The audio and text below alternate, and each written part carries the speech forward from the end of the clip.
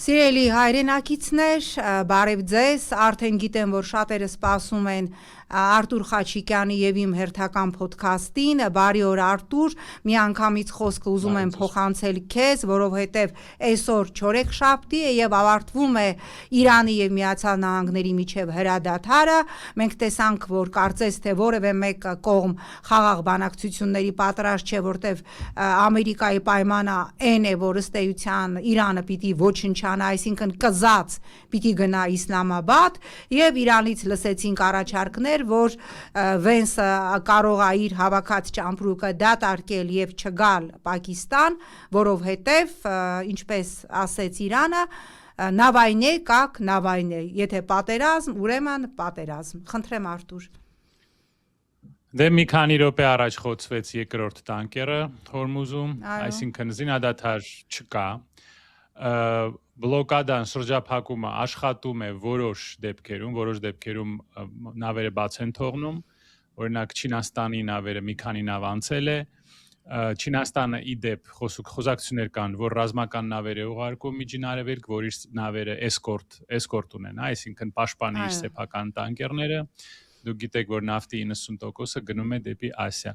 բայց եթե նայենք ընդհանուր առմամբ, Միացյալ Նահանգները պարտվեցին, Տրամպը պարտվեց, նա կորցրել է իր հեղինակությունը, դուք տեսաք, նա ասեց, ես որևէ պարագայում չեմ երկարացնի զինադադարը եւ նոր ասեց, ոչ, ես կերկարացնեմ զինադադարը անորոշ ժամանակով, այսինքն նա անընդհատ իր խոսքերը փոխում է, ես ասել եմ, նա երևի գաղտնի ԿՊ-ի անդամ է, որովհետեւ նա անընդհատ իր ասածները փոխում է։ Նա նույնպես կորցրեց իր հեղինակությունը, Միացյալ Նահանգները պարտություն կրեց այս պատերազմում եւ փաստորեն հիմա Իրանն է որոշում, թե ինչպես է լուծվելու այս հարցը։ Իրանի պահանջները ամենակարևորը, որ միջուկային հարստացման իրավունքը պահպանվի Իրանի խաղաղ ճանապարհով, խաղաղ նպատակների համար, եթե եկեք արձանագրենք, այո,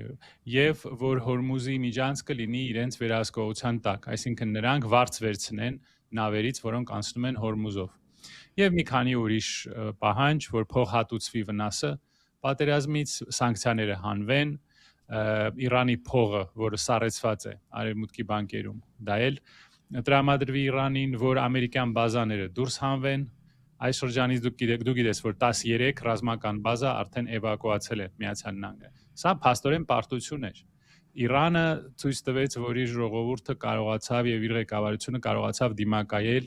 երկու ամենահզոր պետությունների հարձակմանը։ Եվ նորից եմ ասում, եթե այս փողոցից եկած խումբը Թեհրանում լիներ, իհարկե նրանք դա երբեք չէին թույլ տա,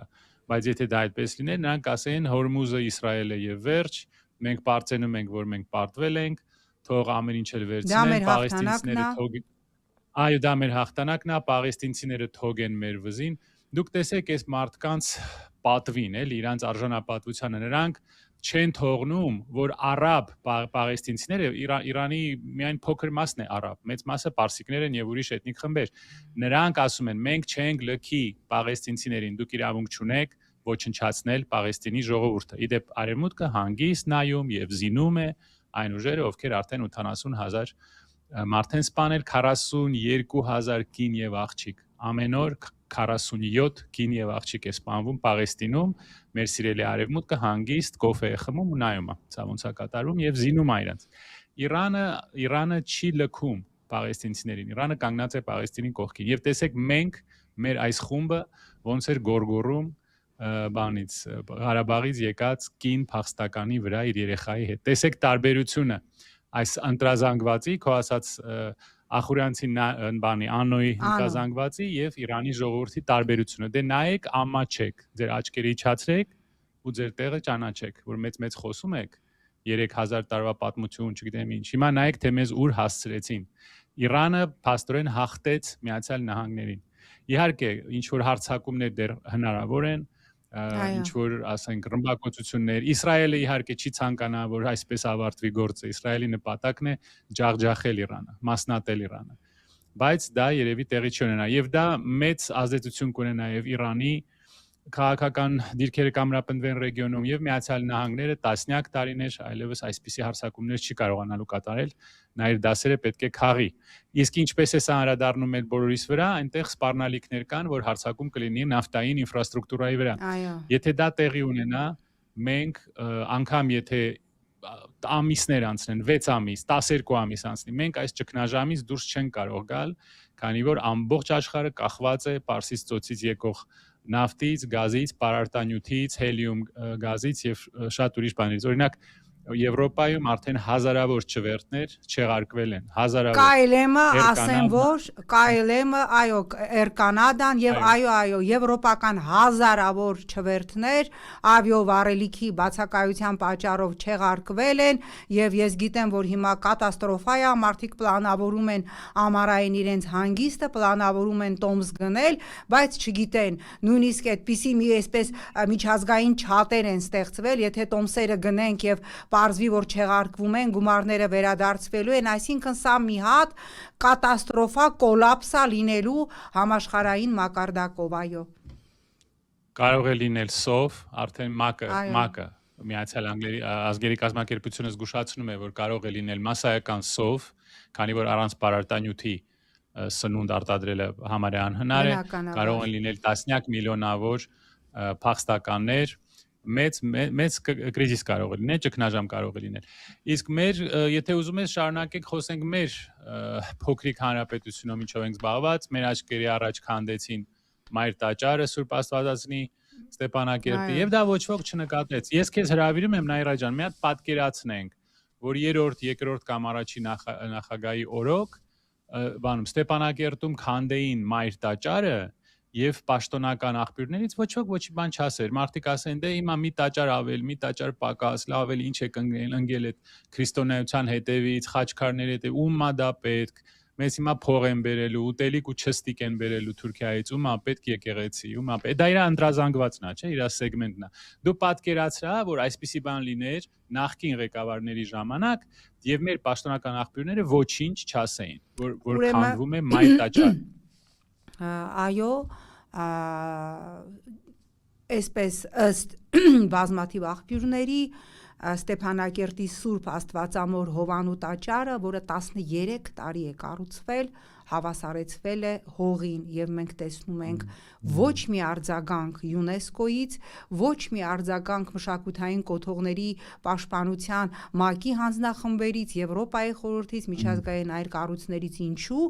Արտուր ջան, որովհետեւ երբ որ դիմում ես այդ կառույցներին, իրանք ասում են մենք Հայաստանի իշխանություններից որևէ նման ահազանգ չենք ստացել։ Ուզում եմ հիշեցնել, որ ընդամենը վերջերս ուրեմն Լիբանանում իսրայելցի զինվորը կոտրեց Հիսուս Քրիստոսի արձանը,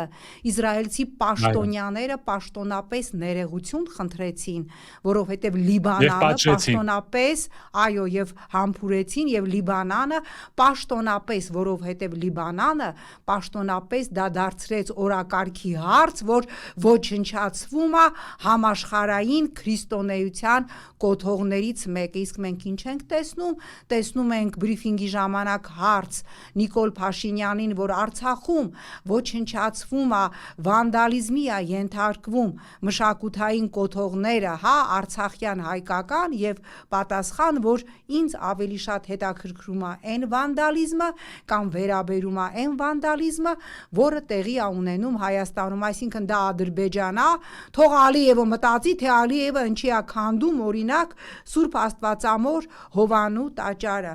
Հասկանում եք, մեր ձեռքերն էլ միջազգային կառույցների հետ աշխատող գործիչներից կարճ, մեր լեզուն էլ է կարճ, որտեվ երբ որ դիմում ենք ՅՈՒՆԵՍԿՕ-ին, ասում ենք ՅՈՒՆԵՍԿՕ, ալո, հելո, իրանք ասում են ուր է,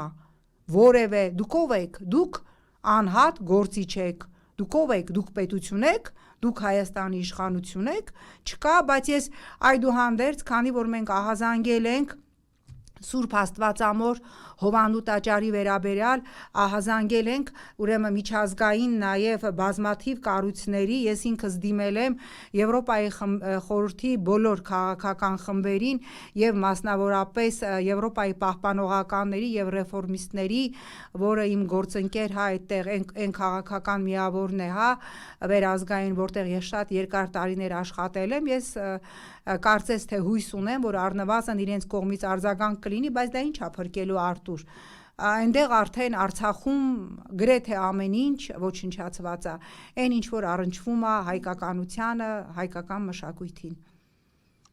Նաիրա ջան, իսկ ինչ հետաքրքիր է իր սեկտայի անդամներին, սեկտանտներին, որ դա ցույց տաս։ Նրանք կարող է ասեն, դա հիմա չի եղել, դա 10 տարի առաջ է եղել, դա Սերժ Սարգսյանի ժամանակին է քանդվել, հիմա չի քանդվել։ Իհարկե, կարան ասեն,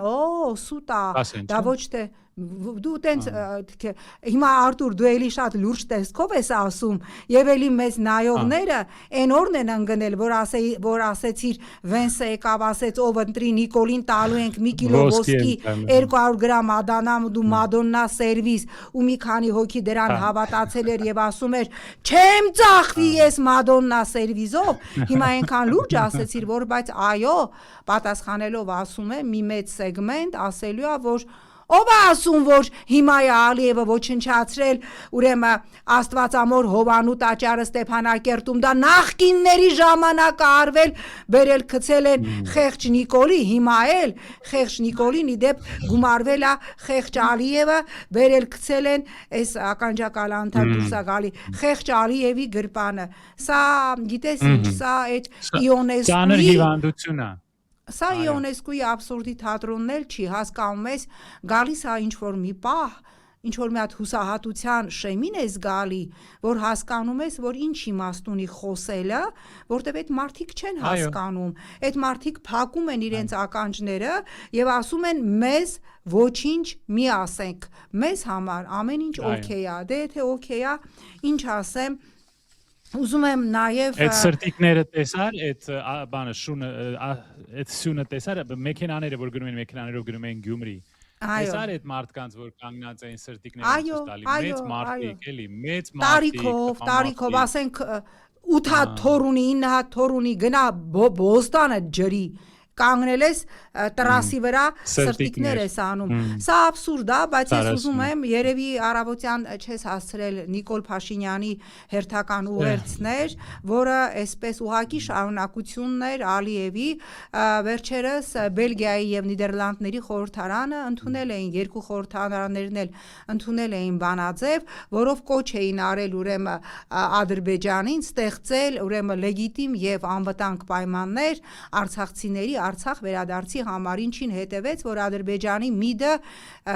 Բելգիա եւ Նիդերլանդների դեսպաններին կանչեց, նրանց վրա մատ թափտվեց, ասեց տենց բանաձևեր էլ չընդունեք, որովհետեւ դուք դրանով ուրեմն վտանգում եք Ադրբեջանի տարածքային ամբողջականությանը, սպառնալիք եք ստեղծում եւ ամենակարևորը վտանգում եք Հայաստանի եւ Ադրբեջանի միջև խաղաղության պայմանագրին եւ ինչ տեղի ունեցավ այսօր առավոտը Նիկոլ Փաշինյանը նստեց էլի իր այդ կամերայի առաջ եւ ասեց որ քանի ինքը կա այո դասադրանք է եւ չպիտի բարձացվի արցախցիների Արցախ վերադառնալու հարցը այդ դեպքում հարց քեզ Արտուր Բա ով է բռնելու կամ ով է լրացնելու